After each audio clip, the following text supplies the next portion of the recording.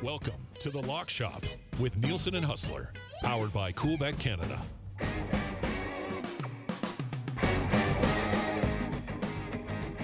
All right, it is 11:03 on a Wednesday. What's going on, everybody? Dustin, Nielson with you.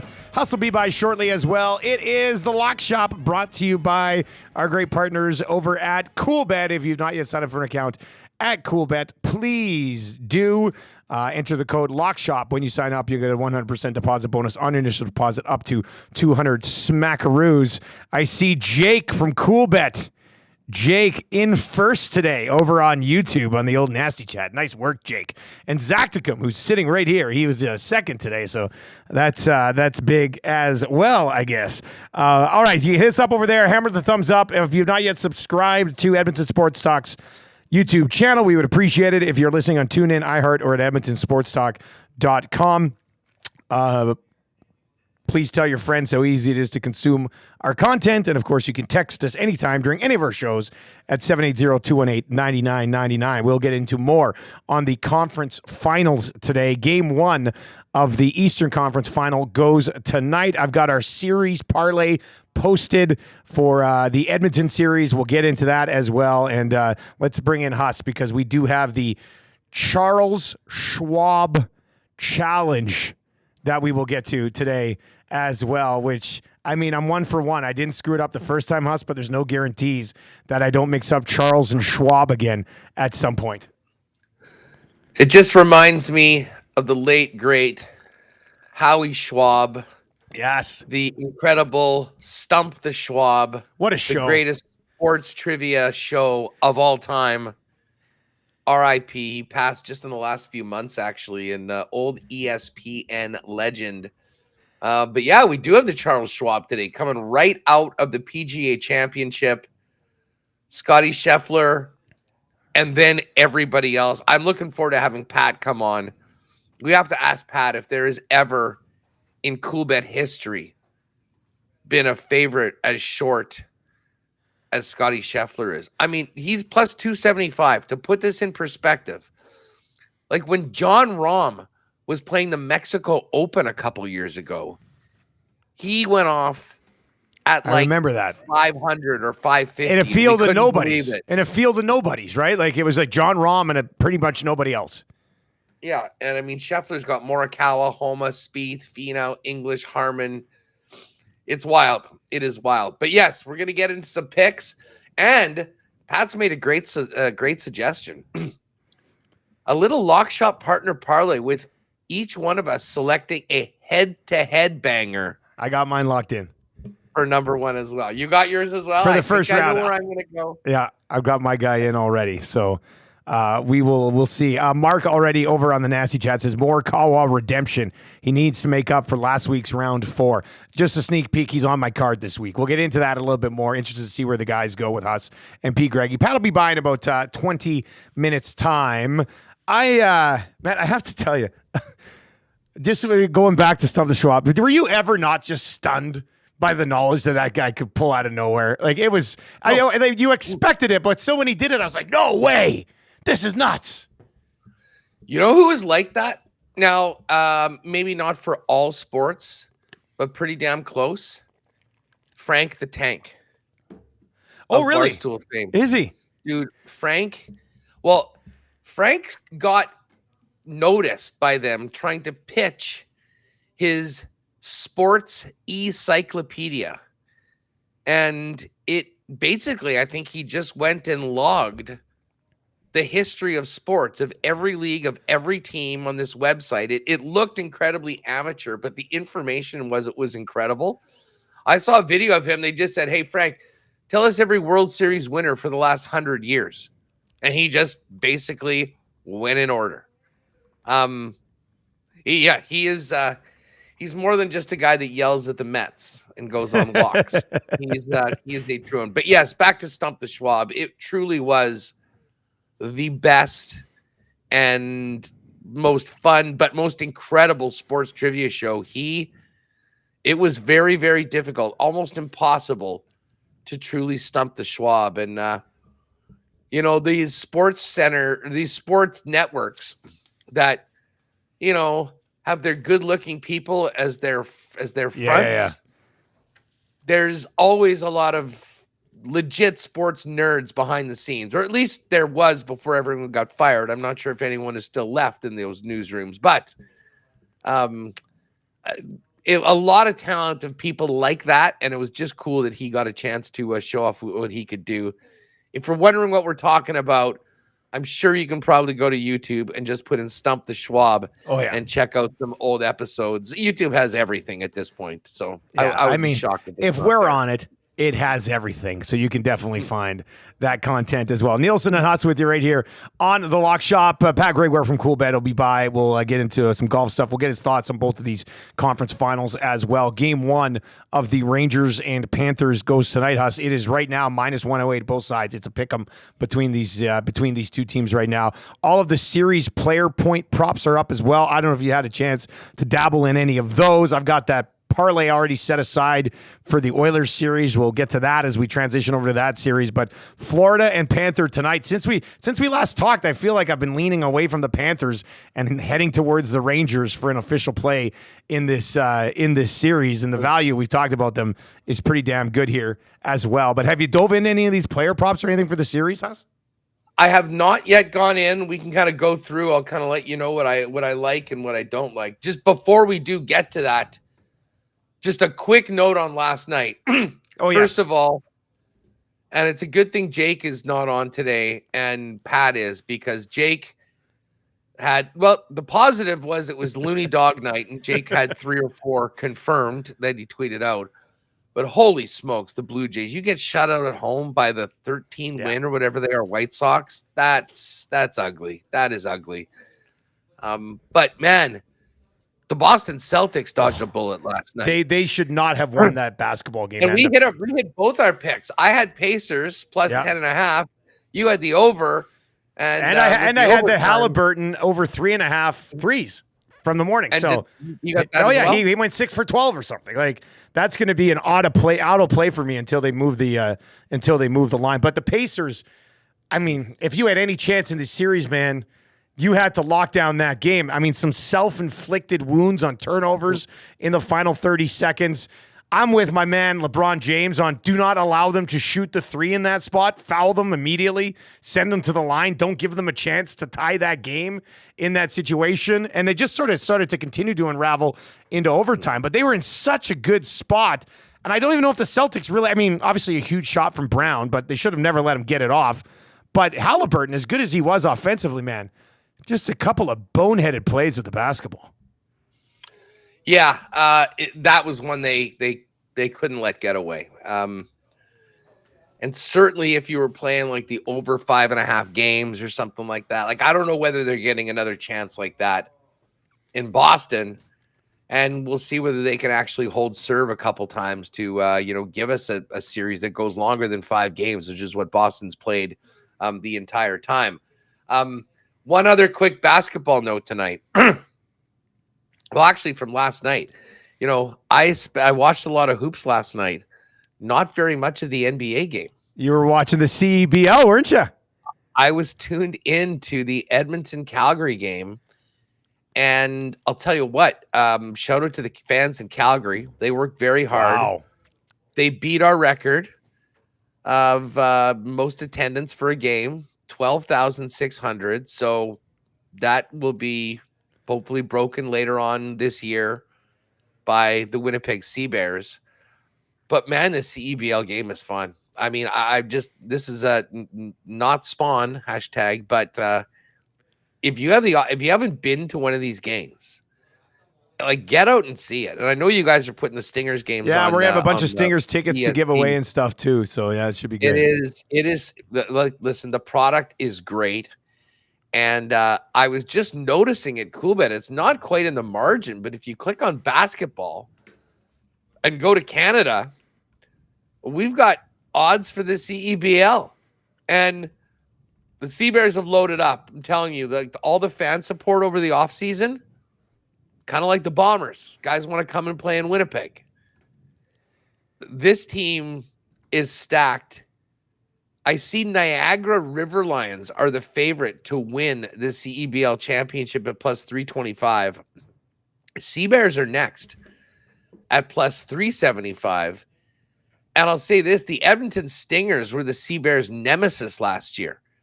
They beat them once to prevent the Sea Bears from getting the bye into championship weekend. And then the Stingers beat the Sea Bears again. Now, Winnipeg's made some big acquisitions. You remember Byron Mullins? Former first rounder in the NBA, played about 200 games, started for 66. Which college did he go to? Do you remember? Which college did he go to? Trying to think. Ohio State. Oh, really? Okay. He went to Ohio State. 7-footer. He's in the peg now. And a 7-footer that can play is good. I mean, that's gonna be big. But I mean, no pun intended. Like, that's good. So he's come in, and this Jared Ogunbemi Jackson, who's not a household name even to people here in Winnipeg, but probably the best pro that Winnipeg's produced since Todd McCullough, and has been playing all over Europe. He's signed. He was around Winnipeg last year just on the holidays, and he said he couldn't go to the games. He was so he just wanted to get out there so bad, so made it work. He's on the club right now. So I think just out of support for the local squad, I'll be throwing a little sprinkle down on the Sea Bears. You can get the Edmonton Stingers at plus 650, which based on the way they pumped Calgary last night, might be a nice little investment for Edmonton Hoops fans. And then there's 3 games on the docket tonight. The Winnipeg-Saskatchewan rivalry continues on the hard court with the Sea Bears at the Saskatchewan Rattlers tonight. Sea Bears are 3-point favorites at minus 120 and a money line favorite of minus 169. And you got to take them at -3 here, don't you? Considering where Absolutely. the Rattlers are on the futures board. I mean, just like that alone, I think you got to take them on the 3. Yeah, Saskatchewan is last in the league at 22-1. Now, I think for sometimes leagues like this, the analysis and there's often some big value. Now, I actually got very scared for a minute based on what you said there, because if you recall, who was at the very bottom of the odds board at the beginning of the CFL season last year, it was the Montreal Fair Alouettes. point. Fair point. Winning the Grey Cup. But I mean, a clear bottom of the table Saskatchewan at plus 22-1. So yes, there will be an inaugural bet on the Sea Bears, and we may have to make that our sort of big play today when things get going on the Winnipeg Sports Talk Coolbet section, backing our Sea Bears in game number 1 of the CEBL. 2 other games, my pal Mo Khan is Montreal Alliance taking on the Vancouver Bandits. Vancouver's 5-point favorites, and the Niagara River Lions, the favorite in the league, plus 325 to win the title in Brampton against the Honey Badgers. Niagara minus 2.5 to get that done. But yes, you want to pick from the CBL tonight? Sea Bears minus 3 in Saskatchewan against the Rattlers. Oh, CBL action on the Lock Shop. I love it. I mean, tell me where else you're going to get that. It's just as simple as that. Sea Bears, Stinger Cities. We'll have you covered on that front. Huss, let's get to the hockey. Then we'll bring in P. Greggy. Obviously, continue the hockey and slide into the golf as well. I'll just throw this out there quickly on the Oilers and Stars series right now. If anybody wants to hop on with this, it opened at 12-1 yesterday. There is a $25 limit on it if you want to hop on with us. It's moved from 12-1 to plus 1050. McDavid and Draisaitl, 9 points or more in the series. Nuge, 6 points. Hyman, 3 goals. And Bouchard, 2 goals or more. And the Oilers to win the Western Conference Final. You can get that at plus 1050 right now. That hits if the Oilers power play can roll in this series against the Stars penalty kill that's sub 70 right now. I'm sure it's better than how it looks. But if the Oilers can get the power play going, I really like the legs that bet has. So it's up right now. Started at 12-1. Some of you got it yesterday at 12-1. It's sitting at plus 1050 right now. I got on that, supporting all you out in Edmonton. I thought that was a nice one. So I'm on it, as well as the Lock Shop Partner Parlay. over 12.5 games combined in the 2 conference finals. So we need one to go to 7, one to go at least 6. And I think we got a good chance on that. That was boosted. I think it was plus 210 right off the bat. It's at 2-1 right now, plus 200. So get on that before we go. Series price right now hasn't changed. Panthers minus 152, Rangers plus 125, Dusty. And a straight up pick 'em today for game 1 at MSG. You said you're coming around to the Rangers. I have been telling myself I'm taking the Rangers right from the get-go. But is there a but here? And well, listen, I think this just speaks to how close we think this series is going to be, because I definitely see a number of ways that the Florida Panthers could make it through. It's a really, really good hockey team. This is a super close series. I guess the logic in picking the Rangers is that I just think that they're undervalued in this matchup based on what the numbers are right now. Like, to me, this should be really close, especially with the Rangers with home ice and how they played on home ice so far in the playoffs. So I think I'm definitely going to take the Rangers tonight. And the play is still Rangers plus 125. But again, a smaller series play, but I do like them to jump out tonight and get after it. Couple of player props that you might want to look at right now. They've got all the point totals, goal totals up right now for the players if you want to slide over there before that series starts tonight. Chris Kreider over 2.5 goals at plus 135. I mean, we saw what he was able to do, and the guy's a streaky scorer for sure. I like that one. I'm gonna play that one myself right now. Chris Kreider over 2.5 goals in this series at plus 135. Some of the other big guns, I mean, this will be different than what we would see in that Oilers numbers usually. Barkov's set at 6.5 with the over being where the value is at plus 140. Kachuk is at 6.5. Reinhardt's at 5.5 points in this series. So they are expecting a little bit of a lower scoring series, I think. The total set at 5.5. We actually took the under as our Coolbet hotline of the day on the Nielson show today in game 1 tonight. But, Haas, I mean, when you're expecting a low-scoring series, I know we always hate sliding on unders, but is that something you'd look at in this series for some of these player props?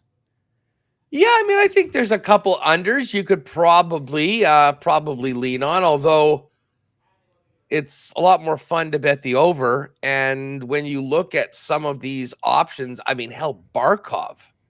And I know Barkov's more of a setup guy, but plus 150 on over 2.5 goals. That one's pretty interesting. Listen, if the Rangers are going to win, Artemi Panarin's going to have to be a big part of that. And I see Panarin at over 6.5. Again, I'm thinking this is going to be a 7-game series. He is the offensive catalyst for that team. I think we can lean on 6.5 and hit the over on that one. I, too, jumped on the Chris Kreider over 2.5 goals. He seems to be somewhat of a scoring machine. And, you know, the other one that I like from a Florida side is Brandon Montour over 3.5 points. He seemingly plays the game right now. He's on the power play. He's getting a ton of opportunities with their top players. So Montour over 3.5 points is something that I do like. And Matt Kachuk at plus 2.5, over 2.5 goals at plus 110 is pretty tempting. Although I think if we want to take something a little, like if we're thinking goals, take the minus 10 on Sam Reinhart at over 2.5. For the Oilers, I'm just looking at some of the player totals over there just to compare. For that parlay that I put together, I did have McDavid and Draisaitl over 8.5. Points on the parlay. They are sitting at over 9.5 right now in that series with Leon Draisaitl. Once again, the value on Draisaitl compared to the value on McDavid is just outstanding. Like right now, you can get Connor McDavid over 9.5 points against the Stars at minus 115. You can get Leon Draisaitl, who's outproducing him so far in the playoffs, over 9.5 points against the Stars at plus 150. So, I mean, the play there is 100%. I mean, if you like the Oilers to score some goals in this series, and I think both teams are going to score some goals in this series, Leon Draisaitl over 9.5 points. The value is just so much better than what you're looking at on McDavid there as well. Ryan Nugent-Hopkins, that number set at 5.5, which is what we had in the parlay as well. Bouchard is sitting at 6.5 right now. I'm just seeing, do we have Bouchard goals up anywhere? I don't see Bouchard goals up yet. I'm sure that'll be up at some point because I could see him potting 3 in this series with that bomb from the power play. So any final thoughts on that one before we bring in P. Greggy, Huss? You know what, just to say that, well, again, we've got another day to get in series picks for the Oilers and Dallas Stars. So we can jump on that afterwards. And I mean, as I say, some of the numbers are pretty big, but look at what the Oilers have done so far in this playoffs offensively. And if they're going to beat the Dallas Stars, they're going to need to score a bunch of goals. The power play is key. You're exactly right. And hopefully we ride that to a nice big win in that partner parlay that we put out. But as far as this series that goes tonight, give me the Rangers money line tonight, -108. And if we've got to make a pick for the series, let's put a little sprinkle on the Rangers at +125 to beat the Florida Panthers, take advantage of home ice, and move on to the Cup final. Yeah, I would agree with you eventually on the Rangers in that one as well. All right, Pat Gregoire is going to join us. You can find him on Twitter at P. Greggy. He slides in right now on the Lock Shop. Patty, how are you doing, buddy? Doing good, boy. Still recovering from Bryson, our new favorite golfer on the Lock Shop, not coming through. Has anyone ever had a better glow up than Bryson this week? Maybe it's because I had money on him, but I felt like I was actually rooting for the guy. I actually was starting to like the guy. I feel gross saying this, but I think the Bryson is a loser, is starting to lose its luster, and he didn't even win. Imagine if he won, I'd be singing his praises even more. Funny thing about Bryson is I was just looking at the PGA Tour or the PGA Championship on YouTube, and I think Bryson's press conference got 4 times the views that Xander's did. And way more than everyone else. I mean, he's a guy that you can't take your eyes off of. And you're right. I mean, there was the bit with the golf ball that went to the guy. He did the hero thing and got him to come back and gave it to the kid. But listen, he played with so much passion. He was fist pumping the whole time, played his ass off. And I'm not sure that the move to live has been more beneficial for anybody than it has been Bryson. He can sort of be himself. He can do his YouTube stuff. It's actually worked out really well for Bryson. Is he a nerd? Absolutely. Does he lack self-awareness? Yes, but maybe not as much as he did before. And man, can the guy play golf. And on a course like that was there for the taking, there's never been a PGA Championship even remotely close to as gettable as Valhalla was. I believe the previous PGA Championship all time, the lowest score was 40 over par. The field in this event was 216 under par. So they absolutely ate it up. And that's why Xander had to go as low as he did to win that tournament, because you had guys like Bryson, and we can't forget about Vic, who gave it a great one right until 18. The only guy that really didn't show up is the guy that we're going to be talking about in a minute, and Colin Morikawa, who seemingly was on every single green, never made a putt, tapped in on every hole, but made one bogey, birdied 18, and finished right where he started the round. Disappointing from Morikawa, but maybe that makes him a nice play this week at the Charles Schwab.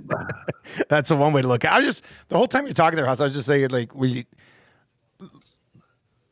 who else is the live outside of financially? There isn't even a number 2 guy that we put in there and be like, wow, this has been great for him. Like the way we're talking about it with Bryson, right, Pat? Who else would we say that this has really benefited outside of making that sick bank, bro? really no one, to be honest. Like Maybe not John Brooks, Rahm, not Dustin maybe, Johnson, like not these guys. certainly not John Rahm. I think he is probably maybe the one golfer who is absolutely regretting his choice, despite how much he has padded up his bank account. Maybe Brooks, because he could just continue to be Brooks, and like I don't think it really phases him personally. It doesn't really affect his brand because He doesn't care. Kind of was he doesn't care, and he's kind of a bad boy of golf, anyways. So I think you're 100% spot on. It's Bryson, and it's Bryson by a boatload. Brooks, it didn't really affect, whereas Bryson, it's actually improved. And to me personally, like I always was a big time hater. I'm like you, Huss. I'm a Brooks guy, so when that beef was going on, naturally I had to take Brooks' side. Yeah. But now that they've squashed their beef, like I really think that the come up for Bryson's coming, and just looking at the Open Championship odds right now, it's 33 to 1. Don't know if I like him at the Open, but he's 16 to 1 to win the U.S. Open. That number has jumped significantly. You mentioned Victor Hovland as well, 16 to 1 to win the U.S. Open. And then in the Open, he is, I believe, 18 to 1. So Hovland and DeChambeau have certainly improved their odds when it comes to the U.S. Open coming up in a month. Speaking of those numbers, one other interesting note from on Xander, and I'll give my pal Feinberg a shout out for pointing this out. One of the few golfers to win their first major at a number less than 20 to 1. Yeah. He was 14 to 1 going off at Coolbet. Scotty Scheffler did it. And I believe John Rahm did it.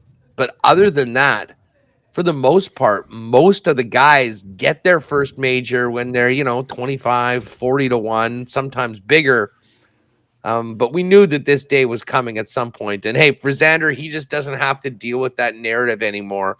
Although, to his credit, I don't think it ever really fazed him. Like, even during the tournament, leading after 3 rounds, he basically said, listen, this is just another result. And a lot of people are like, how could you say that? It's all about majors. But whatever, that's just the way he went about thinking.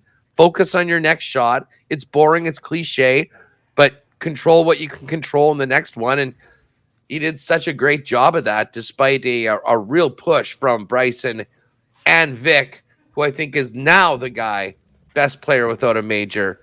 And we'll see whether he can get it done this year.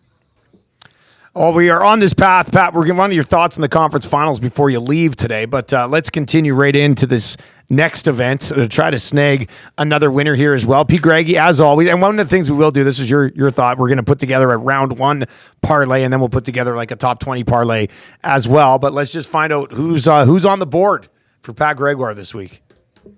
Surprise, surprise. Despite what I've been saying all week long, I shouldn't say all week long, all season long, after the tournament starts, saying, man, I should have just bet Scotty Scheffler. Like, it took him missing his caddy and his best buddy, and of course, him being imprisoned for 40 small incident that he was involved in as well, for him not to win this tournament. And I think this is crazy. This goes to just show you, like, I think him not having his caddy might have been more of an impact than him being in jail, like being in the plane. Like, I honestly do, because Saturday he was awful. And the thing with Scotty's caddy, it's also like his personal, like, best friend. This is like an Ohtani interpreter type of thing. Maybe not that close. I don't think he's placing bets for At least not yet. So, for him to go through that traumatic experience and then, the next day, because I think day one, it still was such a rush and it's so fresh. You kind of just, play through it. And he obviously was great. But he was awful. He was absolutely awful on Saturday. And I think that really played a role. But with that being said, like, I think this is a bounce back spot for him. But the fact of the matter is, it's just not a digestible number for him to win here. I'm just not doing it. I can't bring myself to do it. It can't happen. So I'm staying away from him, and I'm starting a little bit further up the board, not too much further, at Max Homa at 20 to 1. And I honestly, it was like, do I go Colin? Do I go Homa? And at the point, I see both these golfers being very similar in skill set, but I just like the number better for Homa. And he plays really well at these difficult golf courses. Came on this program 2 weeks ago at the Wells Fargo. He plays well in these big golf courses. Finished top 10 there. Finished top 10 at the API this year, the Masters. And he also has really good putting numbers on bent grass. And that's actually better numbers than Colin Morikawa and Scotty Scheffler, the two guys that are only higher than him on the odds board. So I thought we would get him at a number at like 16, maybe 18 to 1. The fact we're getting him to 21, I love this number here. Huss, I'm sure you have this guy on your card, but I'm riding with you. And if not, I'd be shocked. But Tony Finau, T18 last week at Valhalla, led the field in strokes, gained over 9 strokes. Yeah, that's a big one. In approach. Massive at this golf course. Approach, accuracy off the tee, and putting on bent grass. 3 things that Tony Finau has experience. He plays great in the Lone Star State as well. Finished T2 at the Texans Children's Houston Open as well. He has solid course history here. A runner-up in 2019, and then I believe finished T4 back in 22. So he's not only just one of the most talented golfers in this field, I think he also fits the course one of the best as well. Christian Bezuidenhout, Seabez. You could argue he's been one of the most consistent golfers on tour. He's at 50 to 1, so a little bit of a long shot, but I really like his number to finish in the top 20. You know, he's finished T16 at the Wells Fargo, T28 at the RBC Heritage, T25 at the Valero Texas Open, T9 at the Valspar, T13 at the Players. He has the skill set that can win at these courses where you need to grind things out. You got to keep your cool. You can't just go pin seeking. Got to keep it in the middle of the fairway. And he has the skill set to do that. Me personally, you know, if this is a birdie fest type of course, I'm not keeping Seabez anywhere near my card. I think this is going to be a little bit of a lower score tournament, so I've got him there. And then at 50 to 1 as well, Akshay Bhatia, 4th in the field in stroke gains over the last 36 rounds. Can he catch fire so close together in a row? Probably not. So that's why I like him at top 20 at plus 175. But his skill set really fits this mold of this course, very similar to what we saw. He already has a win in Texas this season. So Batsy at 50 to 1. I had a really hard time keeping him off my card. There's a lot of other guys that I was really close to. So I'm really interested to hear where you guys are. Maybe I'll be able to get a touch of them, maybe on the head-to-head parlay that we got going, or potentially for our outright parlay that we have in the mix as well.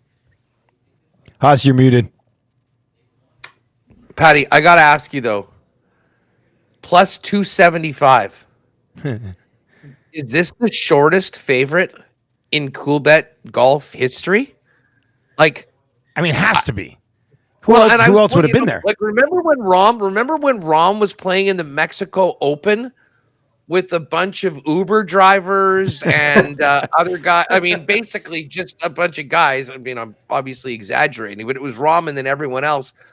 Even there, he was like 5 to 1 or plus 550.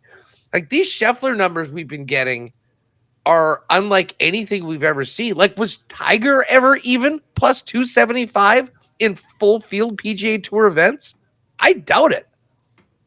So to believe it or not, we actually had Scheffler at plus 275 to win the Houston Open. So we saw this earlier this year. Okay, so matching his own number. Yeah, and in regards to Tiger, obviously during his run, Coolbet wasn't around at that time. But I did do some digging, and around that time, like the lowest that you would see for Tiger was plus 250, plus 115. I couldn't find anything that was like 2 to 1 for pre-tournament at least. So we're getting very close to like historical numbers here for Scotty Scheffler. So it has happened, but it was this year. It was a little bit earlier, and it's remarkable. It's like jarring to see it.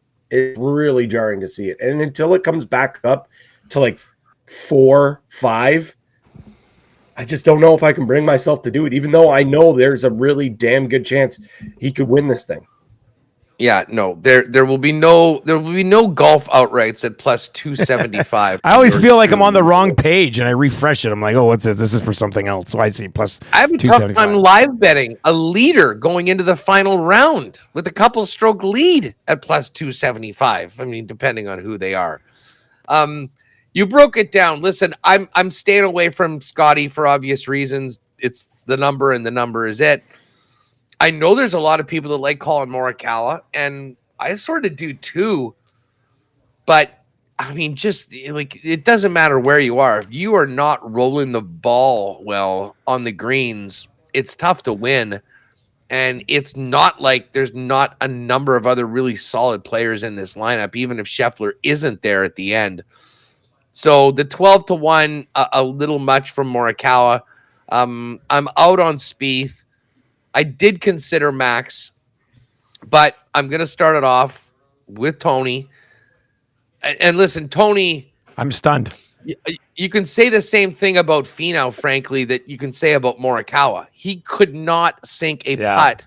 Yeah. I mean, but this is the thing about right now. His iron play was awesome. He was hitting it well off the tee.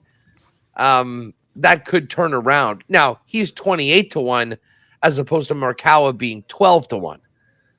So I'm riding with Tony. I'm very, very happy with where he's looking right now, with how he's looking, how the game is. He was all over the hole. I think they'll start dropping. I think he'll contend. The other guy that I'm taking relatively near the top, and listen, there's something to be said. The Koreans have done well in this. I was thinking about Siwoo Kim. I know he's not Korean, but Minwoo Lee was a guy that just finished outside the top 20. Unfortunately, I didn't catch that at the PGA. He would be there. Sung Jae's here at this tournament. But I'm actually going to go with Brian Harman. And here's the thing with Colonial. You've got these small greens that are often shaped like a upside down bowl where it's difficult. Like the percentages of greens hit and greens in regulation, I think is much less at this tournament than it is in a lot of other places, which means you got to have a dialed in short game. And when it comes to getting up and down, we saw Harman when he won his major last year. He is one of the best on that. And I don't think the fact that he's not, Clubber Lang off the tee is going to be as impactful if his irons are in a good spot. And I think they are. So I like Harman at plus 33-1, or plus 3,300, 33-1 after my Tony Finau pick. And then I wanted to get one further down the board. A lot of good players in the 50 range, in the 60 range, but I'm actually going to the 80s and putting down a little sprinkle on our old pal Daniel Berger. Wow. Berger. I don't think we've mentioned Berger all season. We haven't. And we barely mentioned him last season as well, because he was essentially AWOL. But he's back. He is playing much better so far this year. This is a tournament that he's done well at before, including a victory at it in what year? It was 2019 or in 2020. He won at 15 under in a playoff actually over Morikawa. So at 80-1, this is a place that a lot of guys come back, feel good about, especially if they've had great results like Berger. I've been waiting to make it Berger time on the program for a while. This is that spot. So if you're looking for a long shot, I like 80-1 Daniel Berger. But the majority of the wagers for the weekend is going to be on Tony at 28 and Brian Harman at 33-1. It's funny because, like Pat said, he was looking at Morikawa, he was looking at Max, and decided to go with Max. Definitely better number. I'll suck it up with Morikawa. I'll take Morikawa, put him on the card at 12-1. I mean, since finishing T3 at the Masters, he's got a 9th, a T16, and then the T4. So I mean, he's been striking the ball extremely well since the Masters. So I was coming out of last week, I was like, you know what, with the field that's going to be there next week, I think I like Colin Morikawa. I didn't decide to change my mind on this one. So I'm going to ride with him. I'm going to lock him in there at 12-1. I figured you probably would. I had Tony on the card just in case Huss didn't. Yeah. I thought it would be hilarious if you weren't on Tony for a week and I was and he won. So I was like, you know what? I'm going to put Tony on at 28-1. And the one stat that jumped out was what Pete Gregoire already laid out. 9.3 strokes gained. Second best performance that he's had all season in that category since his T6 at the Farmers. So I would look at it and say that, like you laid out, Huss, for both of these guys, if any one of them can start to roll in some putts, they're going to be there on Sunday. Either one of these two guys with the way that they're playing right now. So, yeah. Now, Huss, are you worried at all? Didn't he miss the cut here last year? He was. I was looking. He was 7 for 7, and then I think he missed the cut at this. I can't remember if something was going on or if he just he did. Like, did he fall apart? Was it course related? So I don't know. Are you worried about that? Are you guys worried about that at all here? No. Or, okay. I only take in course history when it's positive. And when something bad happens, it's just one of those weeks and moving forward. So I like that. we move. He may have had all 6 of his kids with him, and he was getting dragged around, which sometimes does do that. But hey, I mean, listen, we've got. I'll put a lot more stock into the way that he looked at the PGA Championship last week than anything that happened last year. And listen, we've been waiting for Tony to sort of wake up. I mean, all season long, he's been pretty pedestrian. But hey, he's more of a veteran now. I think he knows the importance of the major championships. Got his game into a good place. And Tony's got a brilliant short game as well. Let's not forget. Yeah. I mean, he really can, get up and down with the best of them. So I think this is a good spot for Tony.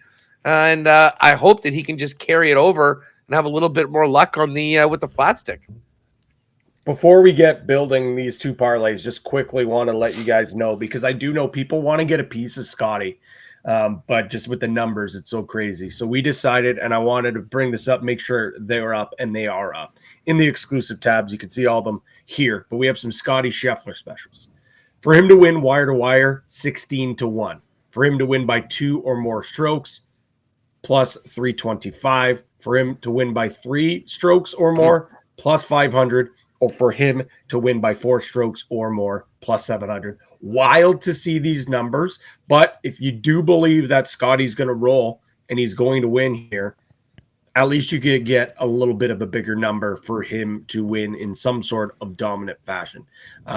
So those are up there. There's a lot of other great exclusives as well. I got my 2 Greggy's golf specials, Morikawa, Homa, and English, all to finish inside the top 20, plus 675. English is a really, really plucky pick here. A lot of people have him on their cards. And then Finau, Bezuidenhout, Bhatia, and Keegan Bradley, all to make the cut at plus 275. Really good number for 4 very good golfers there. As we put together our parlay, just quickly, one more name that I'll throw out there, the Belgium, Thomas Detry, 50-1. And when you look at what he's done lately, I thought 51. I was surprised I had to keep going down to get to the 51. T4 at the PGA Championship was his 3rd top 4 finish of the year. So he's been all around. You can make a case like of guys who have never won. He's playing among the best golf right now of guys who've never won, right? So rolling in kind of hot after last week. I don't know if you guys have any thoughts on him. No, it's so funny. The 50-1, there's like 4 or 5 guys I really like. Sitting there at 50-1. Yeah. Yeah, I took Bhatia and Seabez, but like Bradley's a guy I like. Detry was a guy I like. Austin Eckroat. Yeah, I was going to say a lot of people are making a case for Eckroat too here, right? And he's a 50-1. Billy Ho even, like Mav McNeely, like Kirk. The 50-1 number is, there's a lot of really good players. I would not be surprised if we see someone in this 50-1 range win the tournament this week. All right, so let's do this. Let's get our head-to-head parlay together, and then we'll bang out our top. Well, we've already, let's do the top 20 first because we've already thrown out all the names. Sure. I think we're gonna have Tony in there. I think it makes sense. Who else you guys want to throw into this top 20? Well, I mean, I got Harmon if you guys want to go, or listen, Max Homa certainly is one. There is in the exclusives a 4-1 Finau Homa, both to be top 20 exclusive. Okay, so that's already in there. So I don't know whether we want to move around it. I mean, if we want to take We could do as Finau. I said, there's some other guys. I mean, I don't mind Max. I mean, he certainly is one of those guys. Obviously, I'm on Brian Harman, so Harman is one that I would be throwing out. Where are you guys at? I'd be okay with Finau, Harman, and then maybe throw in. Who else did you have on your card again, Dustin? Well, I went Morikawa and then Detry. I could go Detry in that mix there. He's plus 175. It's a different variation. I know we got a lot of Max. I've got Max already in some exposure in my Greggy's golf special, but then also an outright. I mean, I'd be also fine with him too. He's at minus 105. I mean, it's going to be a parlay, so I'd be cool with adding him in there as well. The Detry's interesting. Just here's what Detry's done lately. T4 at the PGA. He missed the cut at the CGA Cup, but then T28 for the RBC Heritage, T2 at Memorial, and T17 at Valspar. I mean, he's been T20 in 3 of his last 4 events that he made the cut on. So let's go the big bad Belgium. Number. Let's do it. Yeah, I mean, we've never mixed him in before. I mean, are you okay with that, Huss? Oh yeah, okay. Absolutely. All right. So what do we got? We got, what did we say? Tony, Detry, and who? And Brian Harman. Oh, Harman. Okay, yeah. There we go. Well, that's gonna be a good number. Yeah, I think that should be a pretty good number when it's all said and done. All right, so we'll lock that in for our top 20 parlay. And then what about this? So this is a round 1 head-to-head. I'll start us here. I'm going to throw out Mark Hubbard, who was T9 last week. And sorry, Huss, he's going head-to-head with the Gim Reaper. I'm going anti-Gim Reaper here. You can get Hubbard at minus 135 rolling in off of how he played last weekend. So I'm going to go Hubbard T9 minus, we have a T9 last week, minus 135 to get past the Gim Reaper in round 1. Yeah. That is dangerous. That is dangerous to go against the Gim Reaper. I know. Sort of like watch the Gim Reaper, like guaranteed top 40. He'll be like 30. It's just round 1. Like it's round 1. You know, let's see how it goes. So I'm throwing Hubbard in. Who are you guys putting in this mix? You know, part of the reason why I love the fact that you mentioned Detry, and then we talked about another thing, is because that was who I was picking for my first round. I mean, the guys had a bunch of great first rounds, as low as 63 this year. And again, coming off a real strong performance. He's going up against Davis Thompson. So Detry minus 135 was my round 1 selection for our parlay. Can't believe I'm going to do this, but he's a guy that has a lot of great course history here. He's been trending in the right direction, and usually he doesn't fall apart until the later stages of the golf tournament. I like Spieth over Kirk at minus 141. I think this is a spot with Spieth can really get back on track here. So I liked him there. The other one I could throw out there is Tom Kim, but he's going up against Hoagie at he would be minus 105. Hoagie's minus 120. So we want to get. I like the Spieth. I like the Spieth number. I think Spieth would be the player. Don't mess with Hollywood Hoagie right now. I thought long and hard about putting him on the card as an outright right now. He had another great tournament. He was quiet. He came up huge for me in DFS last weekend. Yeah, he's a guy that I think you keep on. You keep on him on your card in everything but outrights. But he's due to break through at some point. So I just think Tom Kim I saw minus 105, and he seems like a good course fit here. But yeah, Hoagie does. He is a Thursday, Friday monster. I like this. I like this day 1 parlay. That really kind of gets you sucked into the event early. I think this is real nice. So we'll have Hubbard, we'll have Detry, and we will have Spieth in round 1 on the parlay. Go ahead, Pat. What else you got before we wrap here? Oh, Patty might have froze. I thought he was about to say something. He was like this. That's all right. We got to get going anyway. Huss, what's coming up on Winnipeg Sports Talk?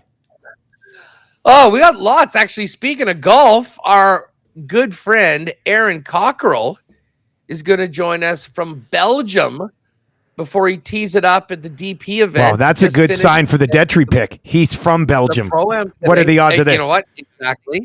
Exactly. And then he's flying back to Canada to tee it up in the RBC Canadian Open. So we're going to catch up on him. Life on the road on the DP World Tour. Talked about the opportunity to play in front of friends and family next week here in Canada. Mike McIntyre is going to join us for the latest on the Jets offseason. We'll check in with Bomber training camp.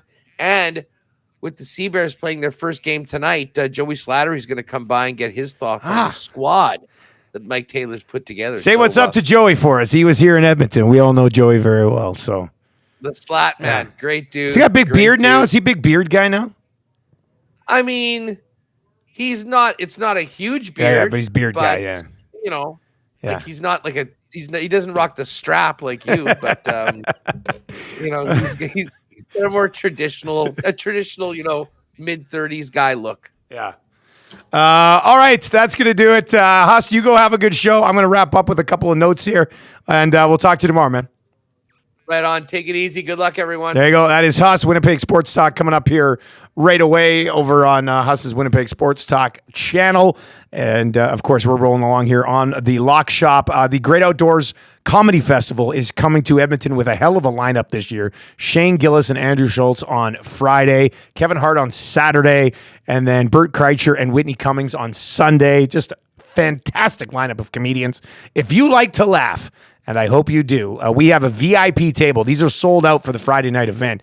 We have a VIP table that we are going to be giving away, taking qualifiers right now. This goes up to the end of this week. Then we'll give away the Friday VIP table. Then we're going to do it again with the Saturday VIP table, and then the Sunday VIP table. And the 6 o'clocker lager will be one of the exclusive Alley Cat beers that you'll be able to pick up at the Great Outdoors Comedy Festival. So that's exciting as well. Text in right now to 780-218-9999, 780-218-9999. Just text VICTORY to 780-218-9999. Zach will reach out, get in touch with one of you, and you will qualify for that VIP table draw at the Great Outdoors Comedy Festival as well. If you are listening on TuneIn or on iHeart or on EdmontonSportsTalk.com, you're getting a small dose of Whale and the Wolf, and then the Oil Stream. Tommy Gazzola from the rink today. He was down there today. Adam Henrique expected to play in this series, early in this series. How early is early? Game 2? Is game 2 early? If it was game 1, they just say he's playing. Could it be game 2? Is that when Henrique returns and who comes out? We'll get into all of that on the Oil Stream. But that'll do it for the Lock Shop today. Thank you very much for joining us today on the Lock Shop. Best of luck tonight. We're both on the Rangers in that Eastern Conference final in the series. Game 1 tonight should be a doozy. Looking forward to that. And we'll talk to you tomorrow on the Lock Shop.